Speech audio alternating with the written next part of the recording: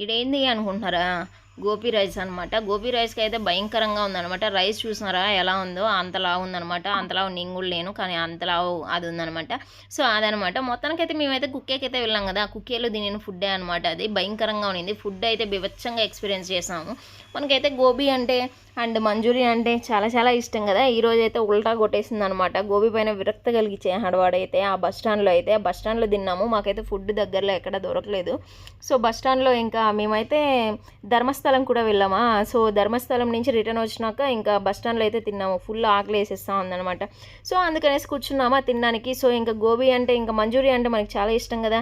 So, గొబ్బాత్రమా అన్నట్టు. So, ఈ గొబ్బాత్రానికి దీనికైతే ఆర్డర్ చేశాననమాట. ఆ గొబ్బాత్రము ఉల్టా కొట్టిచ్చేసింది. భయంకరంగా ఉండింది. చిన్న కోపం రాలేదు. అట్టే విరక్తి వచ్చేసిందనమాట. కానీ ఇంక తప్పదు. ఫుడ్ అయితే వేస్ట్ చేయకూడదు కదా. సో, అదనమాట. ఫుడ్ మరీ అంత వేస్ట్ చేయను కానీ కొన్నిసార్లు వేస్ట్ చేస్తాను తప్పదు. సో, అదనమాట. ఇంక తప్పదు అన్నాక ఇంక తప్పకుండా తినాలి. మొత్తానికైతే ఇవన్నీ అందరూ షేర్ చేసుకొని తినేసామనమాట. అటు ఎక్కువ కాదు, అటు తక్కువ కాదు. మీడియంగా అందరూ షేర్ చేసుకొని తిన్నామనమాట. గోబీ అయితే ఆ మంచూరియా అయితే నాకైతే అసలు పడేయాలని లేదు, తినాలని లేదు. కానీ తప్పకుండా నా ఫేస్ అలా ఉందంటే మీరు అప్పటికే అర్థం చేసుకోవచ్చు ఎలా ఉందో ఏంటి అనేది ఆ టేస్ట్. సో, అదనమాట. మొత్తానికైతే ఇక్కడైతే ఫుడ్ అయితే వర్స్ట్‌గా ఉందని